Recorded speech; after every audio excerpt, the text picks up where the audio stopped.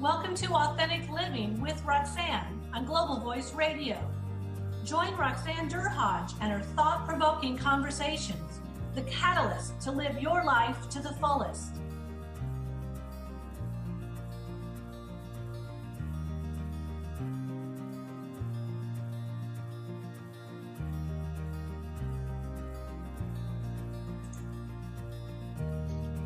Hi everyone, it's Roxanne Derhodge again, the author of Therapist Insider's Guide and your host of Authentic Living with Roxanne.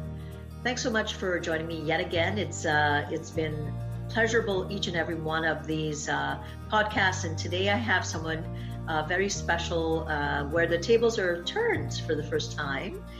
And this is the lovely Denise Thompson. She is the owner of Global Voice Radio that I do Authentic Living with Roxanne on her platform.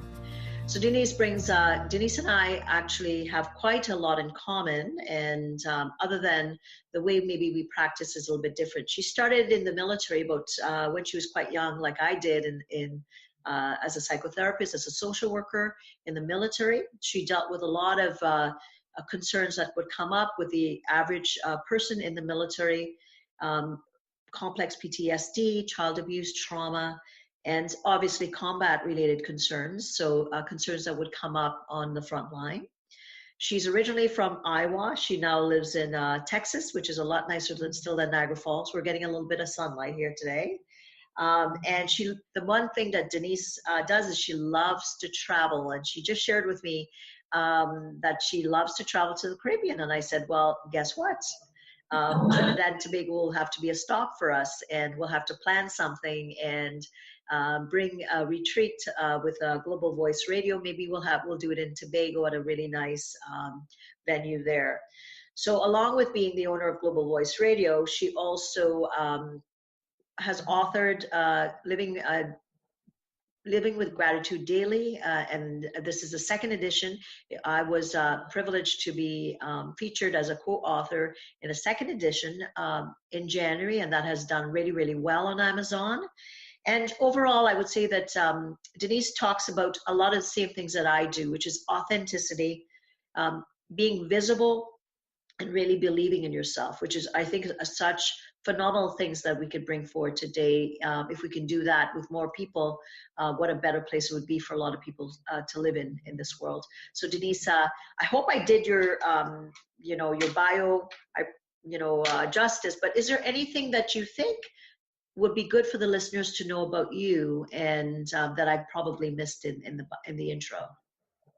I think the only thing that has evolved in my life, as you mentioned, I went into the military when I was 25.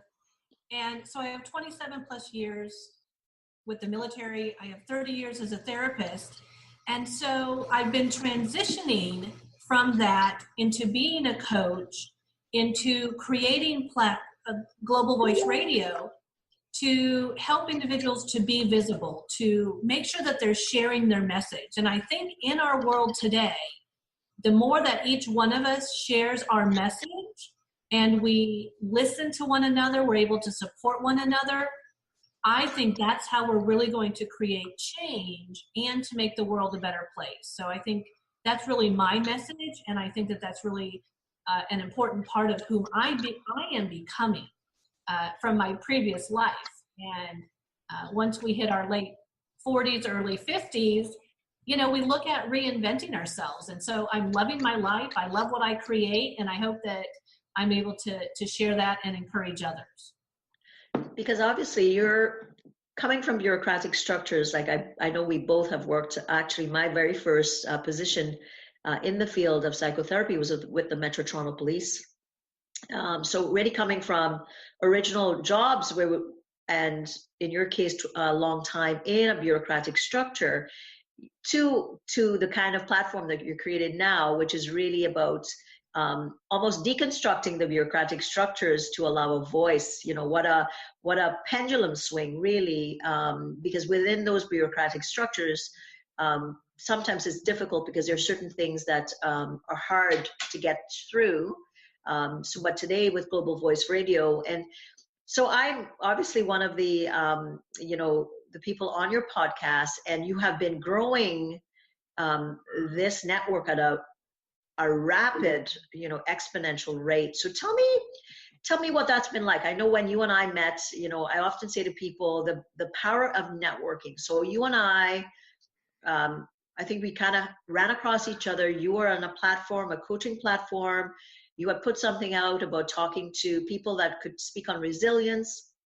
I happened upon it. I don't often go on this site. I don't know that I've gone back since, nor can I remember the name. I saw what you were asking for. I sent you a message and you said, hey, let's have a conversation. And that was all it was.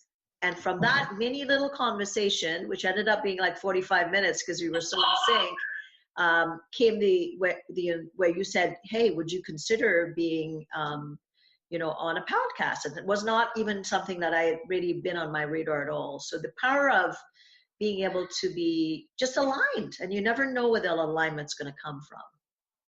Well, and it's amazing with social media today, how you can meet people from around the world. You're in Toronto, I'm in Texas, and we were able to connect and then have this conversation and to find commonalities also, but also I think sometimes it's the energy of the individuals who are connecting. And so I created Global Voice Radio to provide a comprehensive, supportive platform for individuals to share their voice, because sometimes it's difficult to figure out, how am I going to share my message? How am I going to reach more people? And when we reach more people, we're able to help more people. So from my perspective, and I had a business coach who had said, selling is sacred service. And not that I necessarily, we were connecting, and not that I necessarily want to sell per se, but if I don't share what Global Voice Radio is and what Global Voice Radio can provide to someone, then I'm withholding information. And I think that's one of the things when I work with other individuals who are building their business, we need to share, we need to sell, and I put that in air quotes, because somebody might want it. And if we're withholding our gifts, our skills, our talents, then we are not helping the world to change. So I do believe in sharing what we do so that individuals can decide, does this fit in my life, in my business, with my message, or it doesn't. But you never know when they might want it or need it. Absolutely. And that affinity, like you said, you and I have now probably done about 4 of these and kind of chit-chatted generally by, texting or whatever, but I have a real sense of you, and that's what the alignment was that I felt, so as much as sometimes we say, the internet and what it's done for us, the capacity to be able to reach out to someone like you, where we have so much in common, I really would not have had that capacity, say 25, 30 years ago when I started in the field, because we just didn't have the infrastructure to be able to reach out and meet someone and say, hey, I admire your work. If I found out about you, it would take a long process.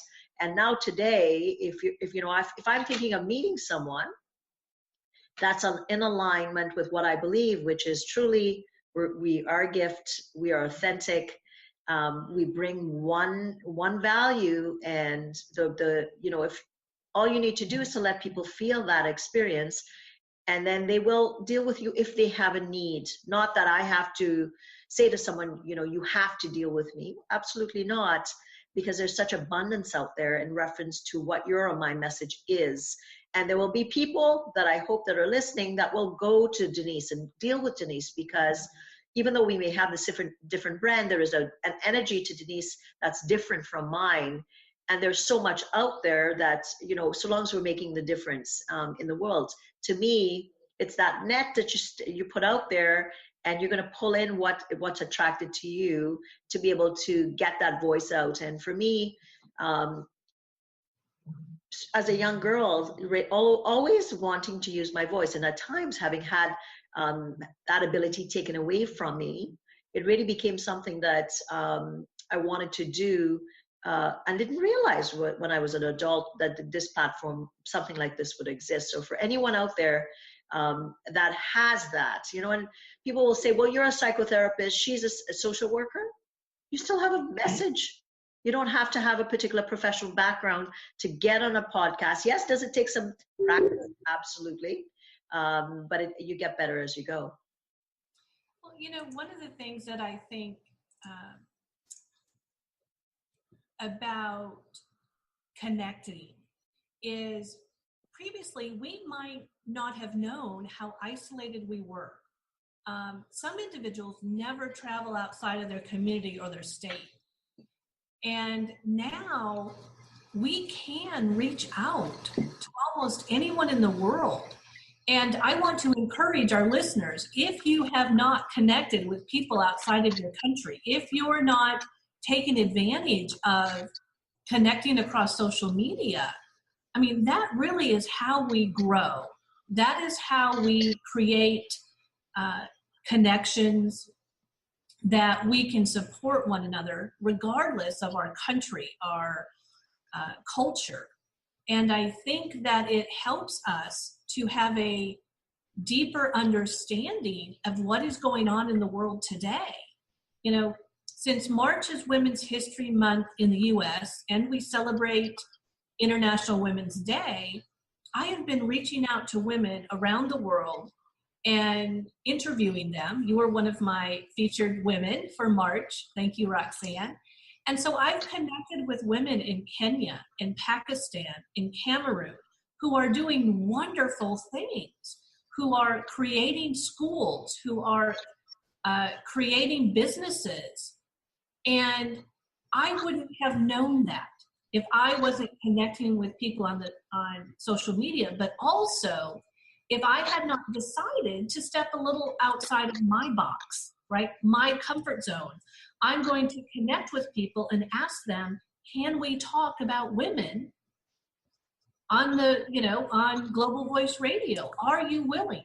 So I didn't know these individuals. Now they were doing things that I admired and that fit with my values. So I had an expectation that they probably would say yes. And it goes back to, Roxanne, what you said earlier about authenticity and connecting with individuals. And then we never know where that connection can go. So you and I see us having a meeting, having a retreat in Tobago. Why wouldn't we? We both, you're from there. I love the Caribbean. So it makes sense to pool our resources and to do something like that. And that is the power, of like energy, of connecting, having similar morals and values. And to me, the sky is the limit of what we as individuals and what we as a collective can create. And you know what? Another thing that I'm going to ask you this question, because this is something that I often go with. And, when I'm reaching out to people and I get a visceral reaction that they're just not in line. When I was younger, I would always try to understand, why did that happen? And, I'd really, really try to kind of go through it in my mind and say, well, why didn't they get what I was trying to say? Or why couldn't they see the vision? And even this morning, I was making a couple of calls for an event and I'm planning. And I got one reaction from someone that was kind of ego-based. And I I listened to it and I said, wow. I said, thank you for your time. It's, thanks for taking the time this morning to be able to understand what I'm trying to do. And it's an event with Brian Cuban, who's going to talk about mental health and addictions here in Toronto.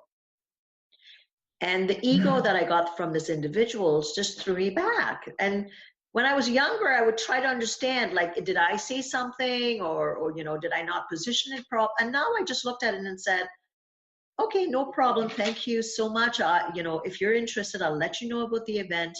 Have a great day, right? So I think as you go along, and I don't know if you've had that experience where it's almost like, when I get that feeling in my tummy or my body, I kind of go, oh, okay, we're not on the right path.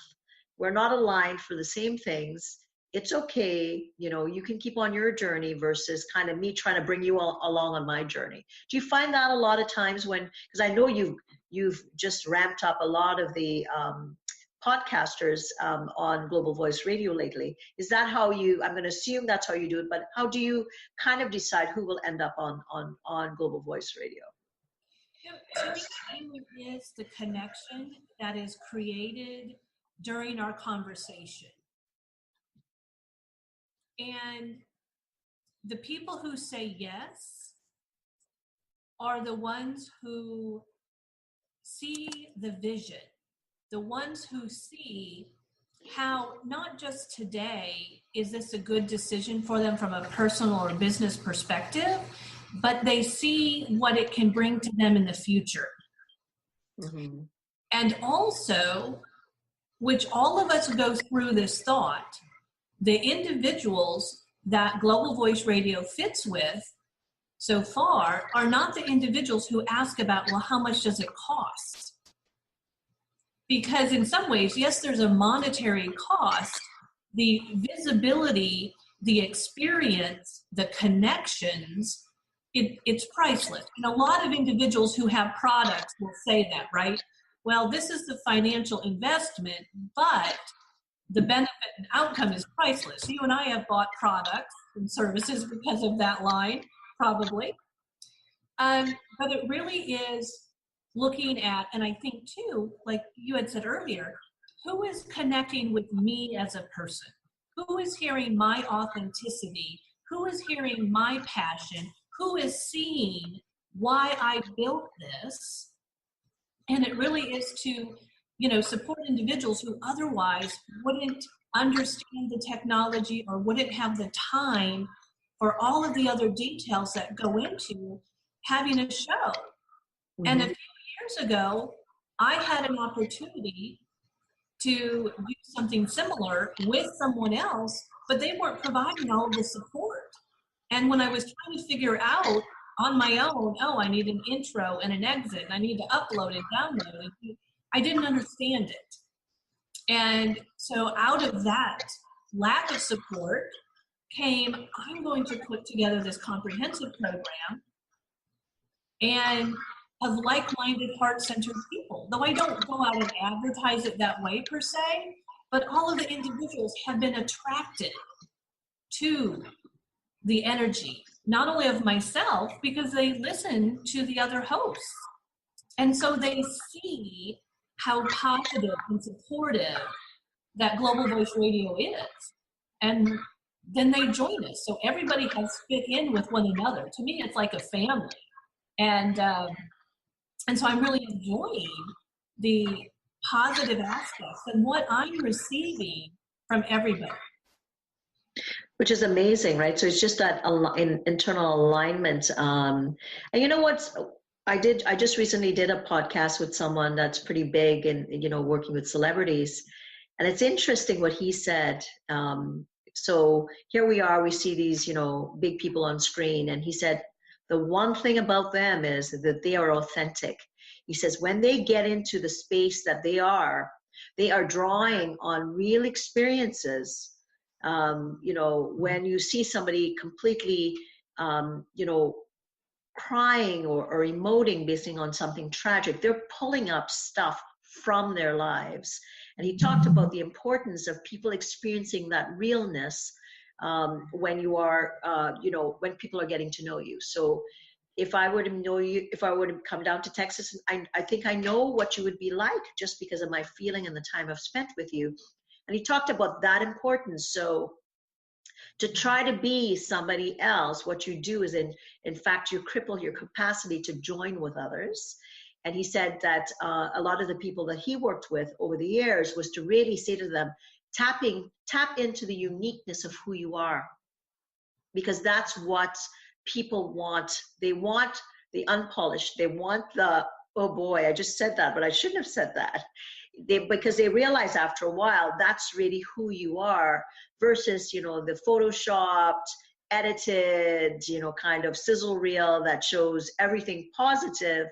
The raw, more kind of live stuff he was saying is really what creates that following, which is probably what you're talking about with Global Voice.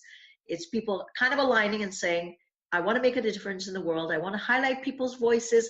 I want to show so much strength in the world that, far reaches of the world. How would you kind of get that out there without a platform, something like yours? Right. It's difficult because of not having the support. Something you said, Roxanne, reminded me of something I read on Facebook earlier this morning, in fact, that someone was posting about, well, I'm now going to be myself on Facebook. And I sort of wondered, well, who was she being before? I mean, for me, I'm pretty honest. I mean, yes, at times I can stop my thoughts so I'm not rude, right? There are things that I'm like, okay, I can't just say that, right? You got to put the filter back on. You go, oh, okay, that filter's off. Right, but most of the 99% of the time, because I don't swear that often, I'm not rude on purpose. So most of the time, I don't have a problem commenting on Facebook or posting on Facebook. I mean, one of the things I don't do if I'm having a bad day, because I believe in quickly switching my thoughts from negative and having a bad day to looking at something positive. Yes. I do not, 99.9% of the time, I don't post negative per se, but I'll post honest. Mm-hmm. And so to me, because I am so honest, or because, sometimes I comment on political posts, I don't know how to hide per se. I don't know how not to be me. And sometimes that has helped tremendously in life. And sometimes, I've been very honest about my thoughts and opinions. And maybe that has, turned away an opportunity or turned away a person. But then that wasn't to be. Right? Like when you had talked to the person about your event, for whatever reason then at that time, the energy wasn't such that the two of you should collaborate. And in a month, it could turn out to be energetically aligned, or it might not. And in some ways, that's when we have to accept that it is okay that at times someone says no, or it's not the right time, and then we just go on to the other person. We go on to another task and not take it personal, because it's not personal. Absolutely. And I think that's what I was saying, the wisdom of age, and just keeping positive and recognizing that I have this vision to get mental health and awareness out there. And it's an opportunity, in my opinion, to be able to get in front of a lot of companies that would believe in the same, based on who I'm asking. So to me, I look at it as it's a win-win, obviously. But that person came from an ego-based kind of, well, I'm always the one, leading the charge. And I said, oh, I appreciate that. That's great. Thank you. But that, in this realm, we've got the person that will be the headliner. But I think you're right. It's I often go back to, again, listening to what's coming on the inside out to you and acknowledging it. And sometimes you can say, I'm having that thought, and looking at it, and not, like you said, making a definitive long-term decision based on what the interaction is with someone at that time. But if something flutters with, inside, to kind of say, oh, I should be aware that something in me is getting triggered, and what's it saying about, where's that person's triggering something, or what are they really saying, and to kind of bookmark it and go back to it. And if it's a theme or a pattern, which we know in our field, you kind of go, okay, what's this pattern? How does it serve me? Does it bring me closer to where I need to get, or is it kind of getting me the further direction?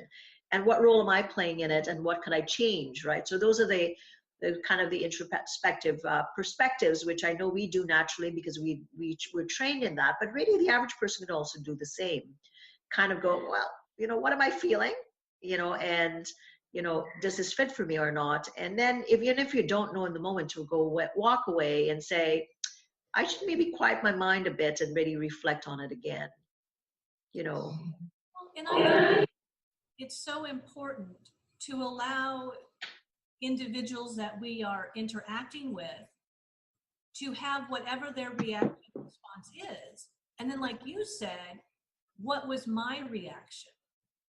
And then looking at what touched me, right? What have I not possibly dealt with, or what is still raw in me that it did trigger? Because my trigger, the triggering that's occurring in me, is my responsibility. As you said, take a step back, think about it, and then decide what I want to do about my own reaction. It's not their fault. It's not their responsibility. It's mine. And I think sometimes people not understanding that, because you and I have been helping others to do that for years. And I know sometimes I'm like, okay, I have to use my own training, right? And it's like, sometimes, well, I don't want to. I want to be mad right now. Yes, and I want to stand up and down and say, I have feelings too. That's not when you're dealing with clients, but in your personal life, it's like, hey, I'm allowed to do this once in a while. Right. And then we though, but we can't go on and on, right? Because we know better. So it's like, okay, put my boots back on, and I'm going to figure this out because I know how, right? I have years of training, I help other people, so I'm not going to let this fester in me. But we do need to own our reaction and not blame it. Absolutely. So, so we're talking about authenticity and listening deep on the inside. One thing that I know that I do daily, and this morning I was rushed a little bit, so I didn't do it, is I do a gratitude list of the things that I'm grateful for. And I write it down. I've gotten in a method where I actually write it down, like a couple of things that I'm grateful for today. So it's beautiful outside. I'm speaking with you. I've had the privilege to spend a lot of time with you. And that really shifts us regardless. Maybe I didn't sleep well, or, I could feel myself coming down with something. But it's interesting how the cognitions and how you start your day, which we know, because life is so harried, that if you kind of jump out of bed, shove your breakfast, a half a bagel in your mouth, and you run out the door to do your day, how that really sets up the context for your day, versus if you kind of have a ritual, which we know all people that are successful and doing, not those big things, but just having a satisfied life, or have these things that really allow them to take a hold of the positive things in their life. So tell us more about the Gratitude Daily books, because I think those are fantastic. And when you asked me, I think about 2 months ago, I believe, to do 2 entries, they were so natural for me to come up. I had so many, I just had to kind of, weigh it down to 2. Tell me where that came from, which is so much in alignment with what we're talking about. But tell me where the birth of these books came from, and what it's doing out there in the world. Well, thank you. So the title of the book is Live in Gratitude Daily, The Key to Abundance, Joy, and Love. And it was probably in 2015 that, in my transition from focusing on the military and focusing on being a therapist, I had taken a coach training. I was training with individuals who were authentic, who were spiritual, and I was getting more in touch with my own spirituality outside of, religion. And I grew up very much involved in the Lutheran Church. I went to a Lutheran college. So my relationship in regards to religion and God was very, very strong. But I was also looking at other aspects. And in some of the research I had done and things that I needed in my own life, I had this idea of creating Live in Gratitude Daily, a 365-day journal that had messages from individuals, from all over the world. And I had put it on hold in 2016. And there was a few things that had happened in my life, and it was on hold. But it was like I had this need, I had this urge. And I had gone to a women's retreat on Maui in October of 2016. And I came back the end of October, and the very next day, I'm doing this book. And so I reached out to my Maui sisters, and I think all of them on the retreat are in the book.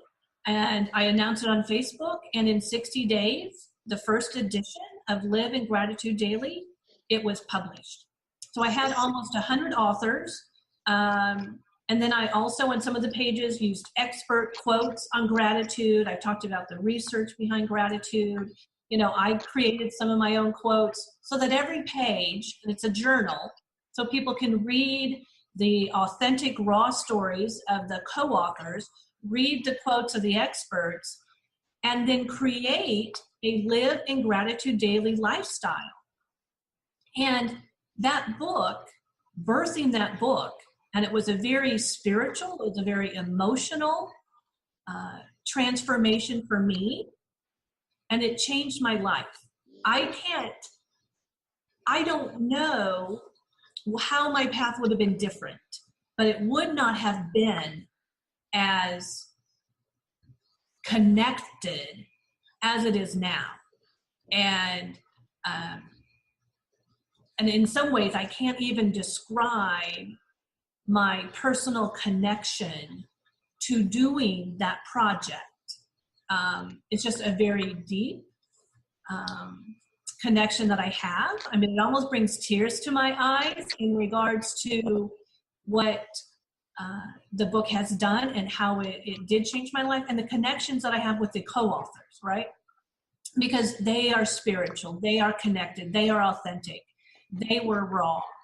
And so it's just amazing to me. And I can't go back to who I was before creating that book. And I know in our public Facebook group that it also has changed the lives of our readers and the people in our group, and helping them to deal with a lot of issues, some chronic illnesses, marriages, death, loss, grief. And so I'm just so happy that it has touched so many lives. So it's interesting, right? Because, you know, our thoughts, we have so many of them, and, you know, they can run rampant and wild and out of control, right? So I think it's, you know, if you think of what we get bombarded with every single day, you know, because we're so connected, and what percentage of that is positive, really, if you think of it. And, you know, sometimes it's like, what is it that I'm allowing into my life? And I remember when I worked with the police, and I was quite young as you at that time. And, you know, of course I wanted to help people. And, well, you know what, why don't just you start with trauma in the, you know, a big city? That's the idea of a new young woman entering the field. And for the first time in my life, what it showed me, and I'm grateful that I learned this, Denise, unfortunately, what pain people have actually experienced in their lives. And I'll tell you about the first call that I went on. And so I had my partner, who I've become like best friends with now, because we saw such vulnerability together. And it was a suicide.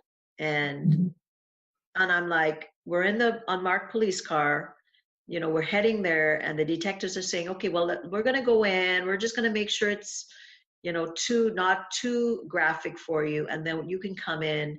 And basically we assisted with the families. And here I am walking in, and this woman and her child is in the other room, and the guttural sound of that pain still resonates in my head, because the husband had killed himself in the next room, but luckily it wasn't a graphic kind of situation. In a way, being in that context showed me the value of keeping my thoughts positive, because unfortunately in our lives, I know it's a choice to do the kind of work that we do. It made me realize how important the positive things are. because there will be, unfortunately, things in the world that are so huge that will need all that mental to get through things.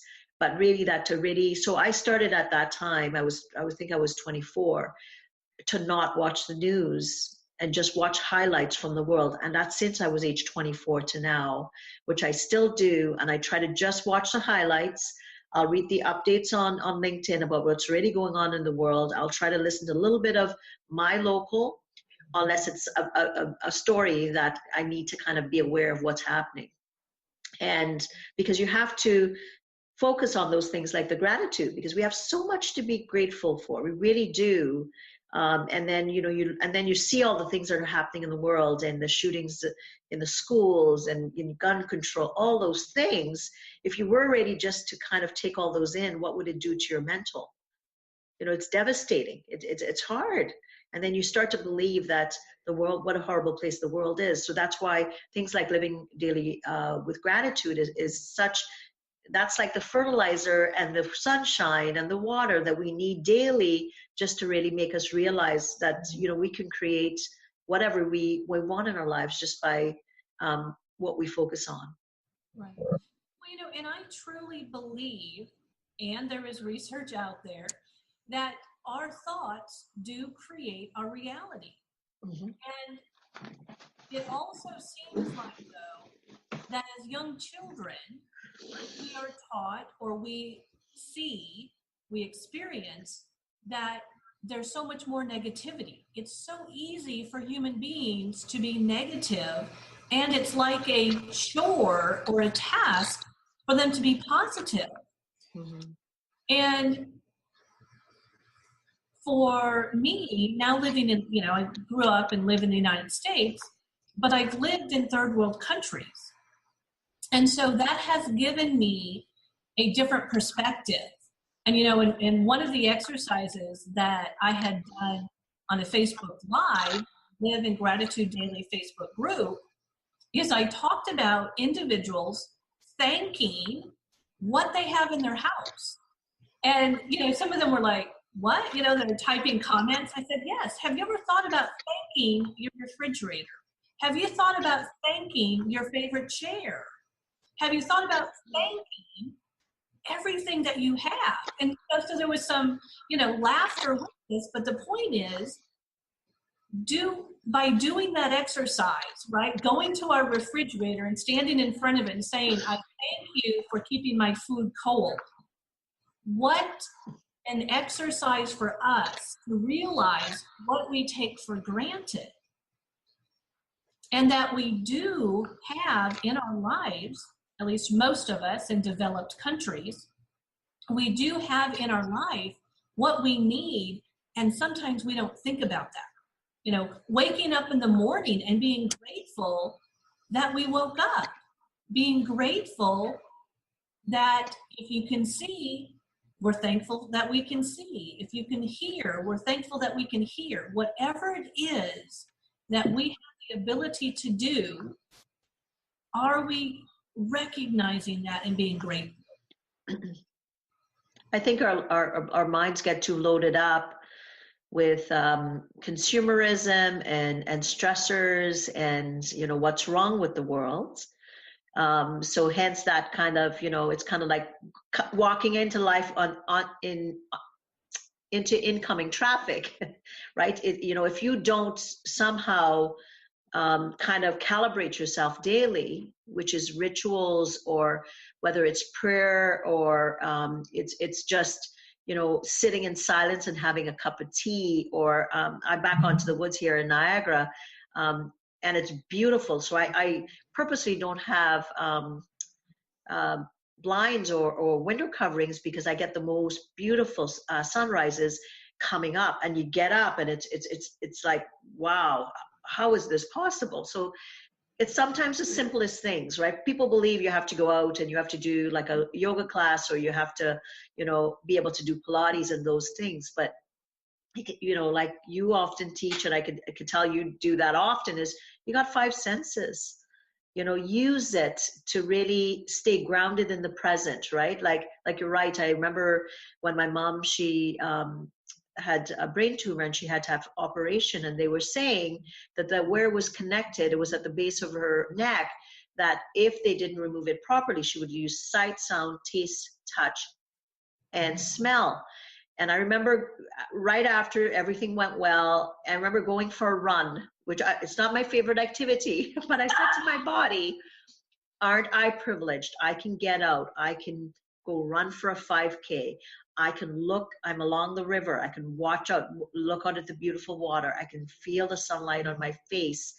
And unfortunately, with most of us, most human beings, we wait for something critical to be able to sit back and say, wow, am I not just so very lucky? Like I have my health, I can see, I can smell my cup of coffee, I can taste it, all those things. And I think it's something, if once you get into a practice, like you said, it becomes instilled in you. And then what happens is then, I don't know if you would agree with this, Denise, is that if you don't do it, you miss it. Yes. Definitely, I know that if I don't have my morning routine, like you said, sometimes we get rushed. Sometimes the alarm doesn't go off, or sometimes, I forgot to write that on my calendar. Because I like getting up early enough that I have time to sort of greet the morning. I have my cup of coffee, I'm getting prepared for the day, I'm getting into a positive mindset. And I notice when I'm not able to do that, or if I've had so many appointments back to back that I didn't have like a reboot in the middle of the day to just see what I have in my life and to be grateful for it. And so, so then I can see myself getting a little, out of sorts or just tired. The other thing is, when I talk to individuals about gratitude, I also want to make sure that they know it is okay that you don't like something. It is okay that you're sad about something in your life. We're not saying that gratitude makes you happy 100% of the time, or now you don't have any negative emotions. It's just when you are in a lifestyle of gratitude, you're more quick to not stay in the negative emotions so that you spiral, into negativity. But yes, we want to acknowledge all situations and circumstances in our life. We just can look at them differently than before we had a gratitude lifestyle. I think it's, these are three things that I often use when I coach. I say, we honor things, right? We bear it and we let it go. But once you are more grateful, it creates a cushion to say, I'm kind of sad today because, XYZ is going on, but I don't block it off, right? I don't block it off. It is kind of sad that, so-and-so is not well or whatever, because I think the instinct, as you know, with most people is to say, if I avoid it, it's going to go away. And I often say, it's like that teapot with the steam, right? That teapot, that top's going to blow. And it's really just about, and the Western philosophy around feelings is that they're real. They are real, and if you kind of learn to just feel, and this philosophy of being happy all the time really is not reality. We can be satisfied and enjoy certain things. We can, sometimes, and most of the listeners probably at any given point, 25 to 35 or more, 40% of people are having things go on in their lives. So we're not suggesting it's a Pollyanna kind of perspective, but just don't shut down from feelings. Allow things to flow through you, and build yourself up with the positive things, because that helps inoculate you when you really, really need it, when things aren't so good. Right, and definitely. So we want to fill our gratitude bucket, per se. We want to fill the experience of being positive. So like you said, when something really happens, we have that to fall back on and have an understanding of, yes, this might be a very difficult, tragic, traumatic time, but I also know how it feels to be here, to have the gratitude, to be positive. So I'm going to try to bring that back and not let the negative or the difficult situation just totally overshadow our life. Absolutely. And I think the more that you practice it, it's like anything else. It's like any other muscle. If you practice that gratitude muscle, it grows. And the more that you get into that mindset, after a while, the things that you notice, right? The little things, which really to me are the abundance that is all around us, then it allows us to really just enjoy things and be more satisfied with life, with constantly not looking for something that's going to be an epiphany, because really, I truly believe that we really have everything around us. Yes, things can get tough at times, but we can definitely get ourselves out of it. Now, Denise, this has been fantastic. It's actually kind of a neat experience for me, because I'm like, you've always interviewed me, so it's kind of like, whoa, this is interesting. I've loved it, and it really gives me a better sense of who you are in the world, and it really shows me that the alignment, when we met, was it back in November, was real at that time. And I really look forward and feel honored to continue to be a part of, Global Voice and living daily with gratitude. So I'm just wondering if there is any last words that you'd like to share. And I know I would like anybody that wants to work with you, to reach out to you, to have a chat with you. And I want to say to people, and if you have a voice, and it doesn't have to be a brand per se, but you just have a burning desire to share something with the world, that I would say reach out to Denise and talk about it, because you may be someone that has something to share with the world, but you think, well, who's going to listen to me? I don't have the credential or whatever. And I'm telling you, I learn. My biggest teacher in life sometimes is my son. And, he's 16 years old. So, if you have that voice and it's something that you've always thought about, I would say you can reach out to Denise and please have a chat. Well, thank you very much for saying that, Roxanne. And, I think my last comment to everyone is just to trust yourself, and that you do have gifts, skills, and talents that others are looking for. So definitely share your message, Thank you. So again, what a fantastic message out there in the world. Like I said, authenticity is something that we come into the world with. If we get sidetracked, it doesn't take too much more or less to some simple steps, either daily or weekly, to get us back on track. I'm so grateful that you've been here today with Authentic Living with Roxanne. If you'd like to learn any more about me, you can reach me at roxannederhodge.com, and I do speaking events and coaching. Take care, and we'll talk to you soon.